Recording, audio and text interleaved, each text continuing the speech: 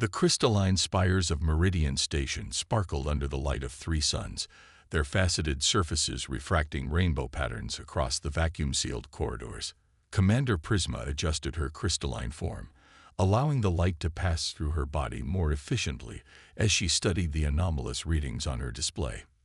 "Coordinator, we're tracking an unknown vessel," reported Navigator Refract, his crystalline body pulsing with concern. "It doesn't match any known configurations in our database." Prisma's form shifted, a sign of deep concentration among the Voidborn. Their species had colonized this sector of space centuries ago, believing themselves to be alone in this remote corner of the galaxy. The arrival of an unknown ship challenged everything they thought they knew. "Show me," she commanded, her voice resonating through the crystal-lined command center.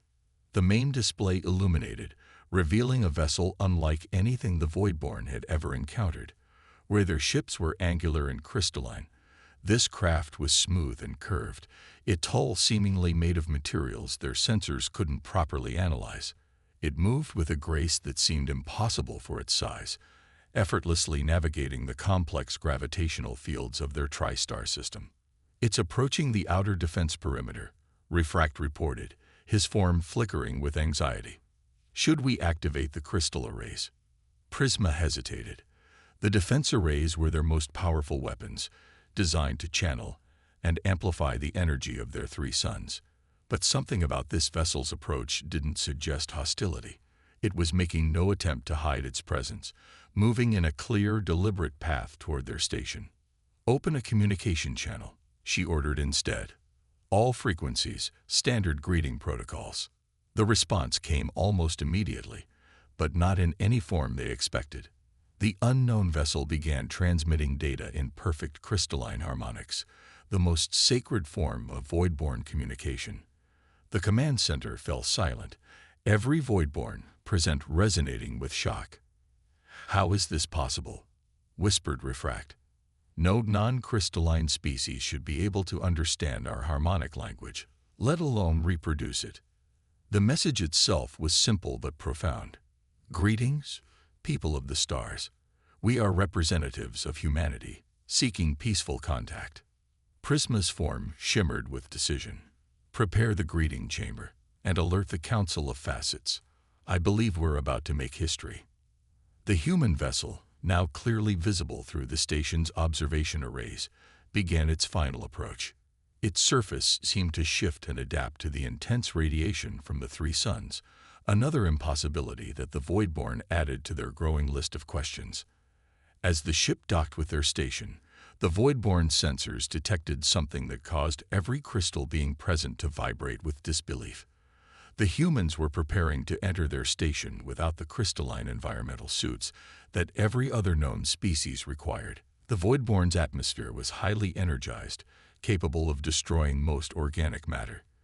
Yet these humans seemed unconcerned. The airlock cycled, and for the first time, the Voidborn came face to face with humanity. The humans walked with confident grace, their bodies protected by nothing more than what appeared to be standard clothing. Their forms were soft, flexible, utterly alien to the crystalline beings, yet they moved with purpose and dignity. The lead human stepped forward, and to the continued amazement of the Voidborn, began to speak in perfect harmonic resonance. "I am Captain Sarah Chen of the Earth exploration vessel Horizon. We come seeking knowledge, understanding, and peaceful cooperation." Prisma moved forward to meet them, her crystalline form casting rainbow patterns across the humans' faces. "I am Commander Prisma of Meridian Station. You have already surprised us in ways we thought impossible. Please, tell us how you came to find us, and how you learned our sacred harmonics." Captain Chen smiled, a gesture the Voidborn would soon learn to recognize as friendly. "Commander, humanity has long believed that the key to understanding the universe lies not in conquering it, but in learning to resonate with it. When we discovered the mathematical patterns in your communications, we recognized them as a language of pure harmony. It took us years to learn it properly, but we believed the effort would be worth it to make first contact in a way that showed our respect for your culture." The humans' dedication to understanding, their ability to survive in the Voidborn's hostile environment, and their mastery of technologies that seemed to defy the laws of physics as the Voidborn knew them. All of it pointed to a species unlike any they had encountered before. This was not the brute force approach of conquerors, but the careful, considered approach of true explorers. As Prisma led the humans deeper into the station, she noticed how they studied everything with intense curiosity, their eyes capturing every detail, their questions revealing both deep knowledge and a sincere desire to learn more. The Voidborn had long believed themselves to be the most advanced species in their sector of space, but now they faced the humbling possibility that they had much to learn from these strange, soft beings who had mastered the art of their sacred harmonics. The Council of Facets convened in their grand chamber, the crystalline walls amplifying their harmonic discussions. The 7 council members' forms pulsed with varying frequencies of concern and curiosity as they reviewed the sensor data from the human vessel. Commander Prisma stood before them, her form steady despite the intensity of their combined scrutiny. "These readings cannot be accurate," declared Council Elder Prism, his ancient form throwing complex patterns of light across the chamber. "No organic species could survive direct exposure to our solar radiation, let alone function in our atmosphere." Captain Chen and her crew waited in an adjacent chamber, their mere presence continuing to challenge everything the Voidborn thought they knew about the limitations of organic life. The human ship, the Horizon, hung in space beside Meridian Station, its adaptive hull still confounding their best sensors. "The readings are accurate," Elder Prisma confirmed. "Furthermore, the humans have demonstrated technologies that suggest they've mastered principles of physics we haven't yet discovered. Their ship's hull appears to manipulate energy at a quantum level." The chamber resonated with harmonic murmurs as Prisma shared detailed scans of the human vessel. The Horizon's hull wasn't merely resistant to the intense radiation of their 3 suns. It was actively absorbing and redirecting it, using principles that the Voidborn's most advanced scientists couldn't fully comprehend.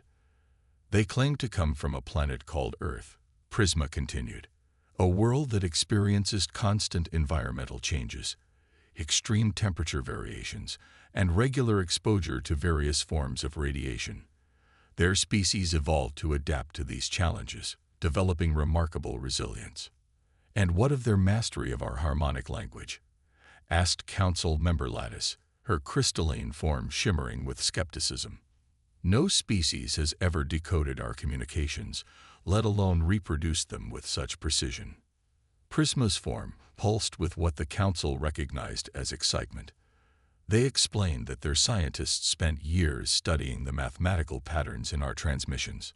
They developed specialized instruments to reproduce our harmonics, but more importantly, they committed themselves to understanding the cultural significance of our communication methods. The council chamber fell silent as the implications sank in. These humans hadn't simply cracked their communication code. They had dedicated years to understanding the spiritual and cultural foundations of Voidborn society before making contact. "Show us their adaptation to our environment," Elder Prism commanded. Prisma activated a holographic display, showing footage of the humans moving through various sections of Meridian Station. The Voidborn watched in amazement as the visitors navigated areas of high radiation, their bodies seemingly processing and channeling the energy in ways that should have been impossible for organic beings. "Their cellular structure," Prisma explained, "appears to have remarkable repair capabilities. They've explained that their bodies are constantly regenerating, adapting to environmental stressors in real time. What's more, they've developed technologies that enhance these natural abilities." The footage showed a human scientist working directly with crystalline technology, their hands protected by what looked like a thin film that somehow prevented the energy discharge that should have occurred from direct contact. The Voidborn had always assumed their technology was incompatible with organic life forms, but these humans had found a way to bridge that gap. "There's more," Prisma continued, her form vibrating with barely contained excitement. "They've offered to share their knowledge, particularly in areas where our technologies complement each other. Their understanding of organic crystalline interfaces could revolutionize our own technological development. Elder Prism's form shifted, a sign of deep contemplation. And what do they seek in return? Knowledge, Elder. They are explorers and scientists, driven by an insatiable curiosity about the universe and its inhabitants. They believe that the combination of their adaptive technologies and our crystalline engineering could open new frontiers in space exploration. The Council of Facets vibrated in harmony as they processed this information. The humans' arrival challenged their understanding of physics, biology, and the limitations they had placed on organic life forms. But more than that, it challenged their perception of their place in the universe. "Bring them in," Elder Prism commanded finally. "Let us meet these impossible survivors ourselves." As the human delegation entered the council chamber, their eyes widened at the spectacular display of crystalline architecture and light. Captain Chen stepped forward, and to the council's continued amazement, performed the traditional harmonic greeting with perfect resonance, her voice enhanced by a small device at her throat. "Honorable Council," she began, "we come seeking to learn and share. Our species has survived countless challenges by adapting and evolving. But we believe the greatest evolution comes through cooperation and understanding. We see in your civilization achievements that complement our own, and we hope to explore these possibilities together." The Council of Facets watched as Captain Chen activated a holographic display of her own, showing the history of human adaptation and survival. From their early days as persistence hunters to their mastery of extreme environments, from their development of protective technologies to their breakthroughs in understanding crystalline consciousness, the humans had prepared extensively for this meeting. As the presentation concluded, Elder Prism's form radiated with a new frequency, one of cautious hope. The humans had proven themselves to be not just survivors, but innovators who sought to understand rather than conquer. Perhaps, he thought, this impossible species would help the Voidborn break free from their own crystalline rigidity, showing them new ways to adapt and grow. The experimental laboratory aboard Meridian Station hummed with an unusual mix of frequencies as human and Voidborn scientists worked side by side. Dr. Maya Rodriguez adjusted her quantum interface gloves, reaching out to manipulate a floating crystal matrix while her Voidborn colleague, Scientist Facet, monitored the energy patterns. "The crystalline structure is accepting the organic compounds," Maya observed, her eyes fixed on the swirling patterns within the crystal. "The biomechanical interface is holding stable." Facet's form sparkled with excitement as they recorded the results. For centuries, the Voidborn had believed their crystalline technology was fundamentally incompatible with organic matter. The humans had proven this assumption wrong within weeks of their arrival.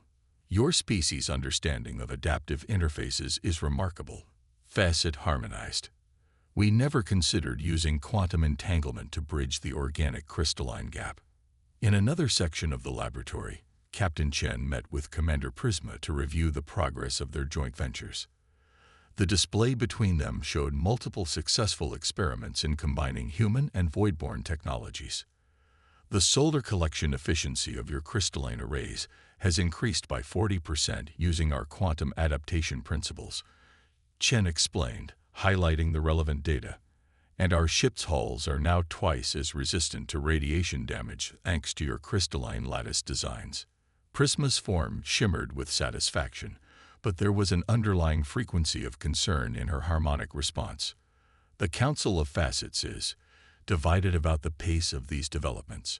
Some believe we are moving too quickly, sharing too much." Chen nodded, understanding the implications. Cultural exchange was never without its challenges, and despite the remarkable progress they'd made, not all Voidborn were comfortable with the rapid changes their society was experiencing. "We've encountered similar concerns throughout our history," Chen replied. "Change, especially rapid change, can be frightening. But it's often in these moments of uncertainty that the greatest breakthroughs occur." Their conversation was interrupted by an urgent alert. The main display shifted to show a group of Voidborn protesters gathering outside the science complex. Their forms pulsed with frequencies of fear and anger as they demanded an end to what they called dangerous human experimentation. The opposition facet, Prisma explained, her form dimming slightly. They believe that mixing our technologies goes against the natural order. They fear we're corrupting our pure crystalline nature. Chen watched the protest with careful attention. She had studied enough of void-born history to understand that their society, despite its rigid crystalline appearance, was as complex and divided as any human one. Perhaps we need to adjust our approach, she suggested. Show them that we're not here to change who they are, but to help them become more of who they want to be. In the days that followed, the human team implemented a new strategy. Instead of focusing solely on technological integration, they began organizing cultural exchange sessions. Human scientists demonstrated their adaptive technologies while learning about void-born crystalline art. Engineers from both species collaborated to create new musical instruments that could produce both human melodies and void-born harmonics. Dr. Rodriguez took a particular interest in void-born crystal growing ceremonies, seeing parallels with human meditation practices. She worked with Facet to develop a hybrid meditation chamber where humans could experience the unique resonance of void-born consciousness, while void-born could explore the emotional landscapes of human thought. Your species experiences emotions so intensely, Facet observed during one such session. We always thought such strong feelings would be chaotic, destructive. But there's a beauty to them, a harmony we hadn't recognized before. The breakthrough came during a public demonstration of their combined technologies. A young voidborn, barely past their first crystallization, was suffering from a devastating resonance disorder that threatened to shatter their form. Traditional void-born healing methods had failed, but Dr. Rodriguez suggested using a modified version of their quantum interface technology. With the desperate parents' permission, and under the careful supervision of both human and void-born medical teams, they attempted the treatment. The entire station watched as human adaptive technology and void-born crystalline healing techniques worked in perfect harmony to stabilize the young one's resonance. This is what we mean by cooperation, Chen explained to the Council of Facets afterward.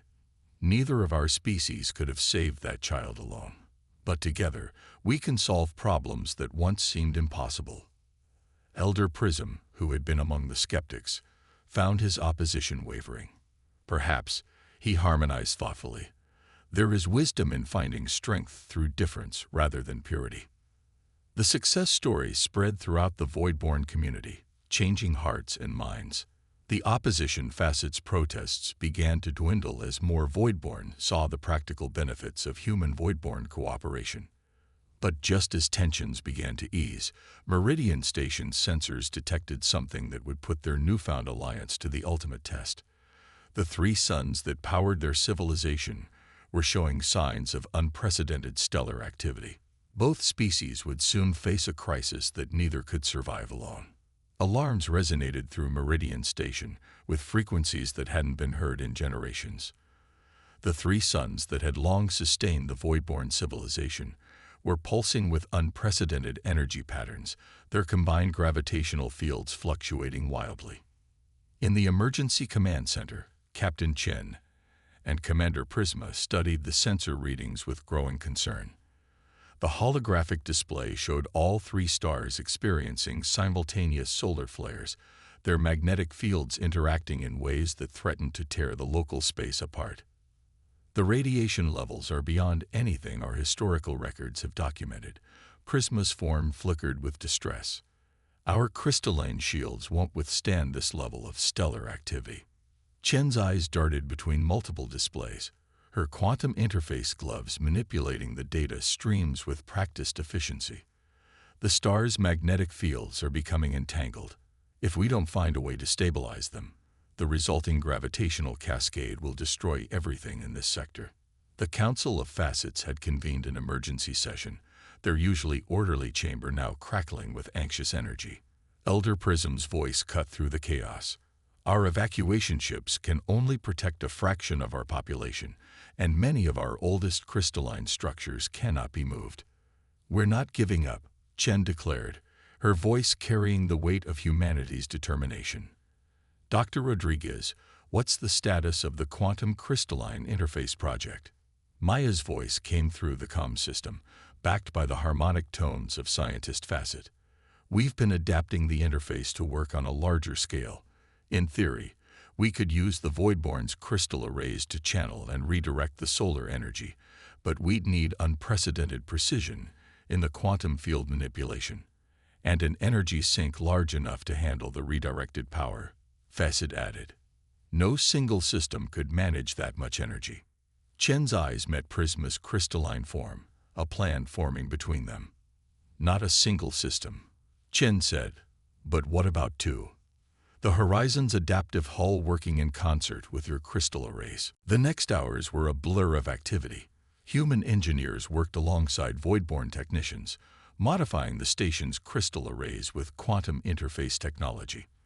The Horizon was positioned at the focal point of the arrays, its advanced hull reconfigured to serve as a massive energy sink. All the arrays are in position, reported Navigator Refract. But the power requirements for initialization are beyond our normal capacity. The Voidborn can provide the power. Elder Prism stepped forward, his ancient form glowing with intense purpose. We can channel our own crystalline energy through the arrays. Every Voidborn on this station, working in harmony. The plan was dangerous, unprecedented. The Voidborn would need to synchronize their crystalline resonance perfectly, channeling their combined energy through the modified arrays. The humans would need to manage the quantum interfaces with absolute precision, ensuring the redirected solar energy didn't overwhelm their systems. As the first waves of increased solar radiation hit the station, the Voidborn began their harmonization. Thousands of crystalline beings resonated in perfect sync, their combined frequency building to levels never before achieved. The crystal arrays hummed with power, their modified structures glowing with both crystalline and quantum energies. Aboard the Horizon, Maya and her team worked at their stations, their quantum interface gloves moving in precise patterns as they managed the energy flow. The ship's hull began to adapt, its surface shifting through impossible geometries as it prepared to absorb and redirect the massive energy surge. First solar flare approaching, Prisma announced, her form steady despite the strain. Impact in 10 seconds. The combined energy of 3 solar flares struck the station's defenses. The crystal arrays, powered by the unified resonance of the Voidborn and guided by human quantum technology, caught the energy and began to channel it. The Horizon's hull glowed with increasing intensity as it absorbed the redirected power. Hull capacity at 70%, Maya reported, her voice tense. Quantum field stable but approaching critical limits. The harmonic resonance is starting to fluctuate. Elder Prism warned. We cannot maintain this level of synchronization much longer. Chen made a quick decision.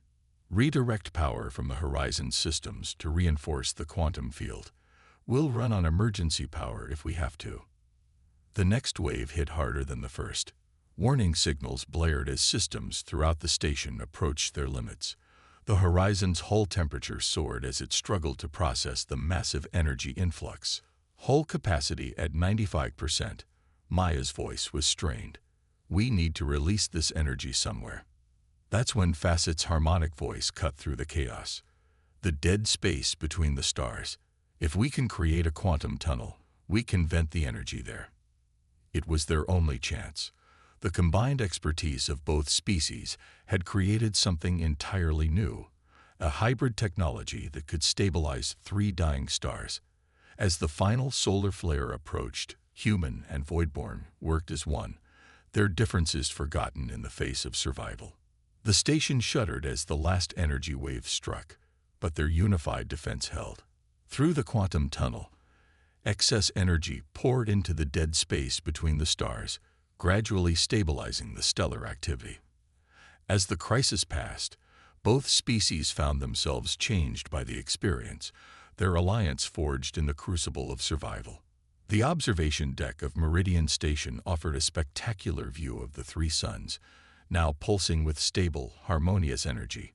2 weeks had passed since the crisis, and the combined efforts of humans and Voidborn had not only saved the station, but revolutionized their understanding of stellar mechanics. Captain Chen stood beside Commander Prisma, both leaders watching as teams of human and void-born engineers installed the newly developed quantum crystalline arrays across the station's exterior. The hybrid technology they'd created in desperation was now being refined and improved, promising to transform both civilizations. The Council of Facets has reviewed our proposal.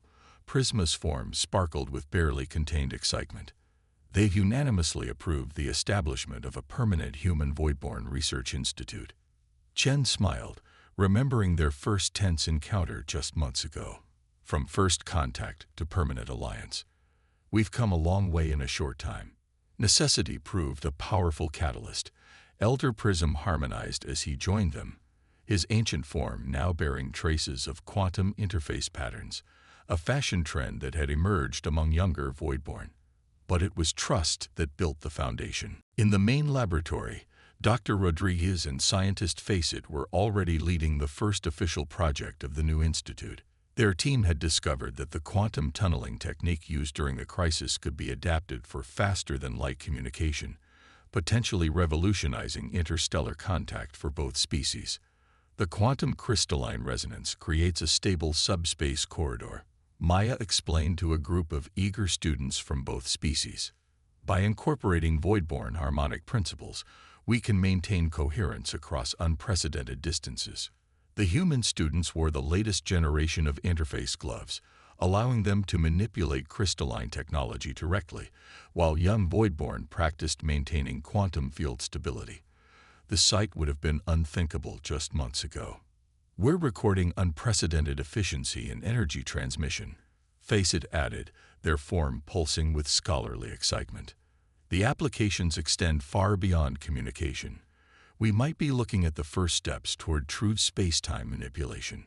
Throughout the station, signs of integration between the two species were everywhere.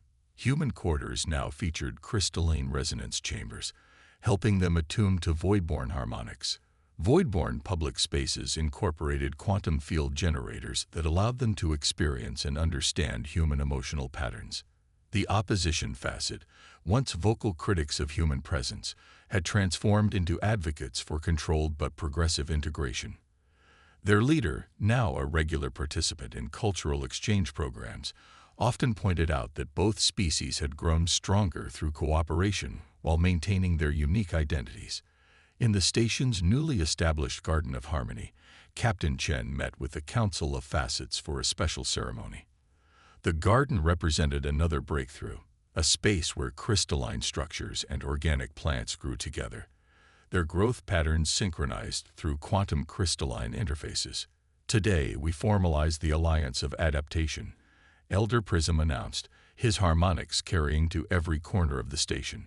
Our two species, so different in form but so similar in spirit, pledged to face the challenges of the universe together. Chen stepped forward, activating her quantum interface as she responded in perfect voidborn harmonics. We come from different worlds, evolved under different stars, but we share the same fundamental drive: to explore, to understand, and to grow. The ceremony culminated in the unveiling of a new ship design, one that would carry both human and voidborn crews on joint exploration missions. The vessel combined the best of both technologies: a quantum adaptive hull grown from living crystals, powered by hybrid engines that could draw energy from both normal space and the crystalline void. The Convergence will launch next month, Prisma announced, indicating the ship under construction outside the station. The first of a new fleet that will carry our alliance to the stars. As the celebration continued, Dr. Rodriguez found a quiet moment with Facet in their shared laboratory. Did you ever imagine, when you first saw us walking into your station without environmental suits, that we'd end up here? Facet's form shimmered with amusement. Impossible organics, we called you. Now look at us, growing ships from living crystals and building quantum bridges across space-time. The laboratory's window offered a view of a maintenance team at work on the station's hull, humans in their quantum interface suits working seamlessly alongside voidborn engineers, their different forms complementing each other perfectly. In the background, the three suns pulsed with stable energy, their light refracting through the new quantum crystalline arrays in patterns that symbolize the harmony between two species that had found strength in their differences. The story of first contact between humans and Voidborn would be told countless times across generations, but its lesson remained constant. True adaptation meant not just surviving change, but embracing it, finding in the challenge of difference the opportunity for evolution. The impossible organics and the crystalline beings had not just survived together, they had grown together, their alliance opening doors to possibilities neither species could have imagined alone.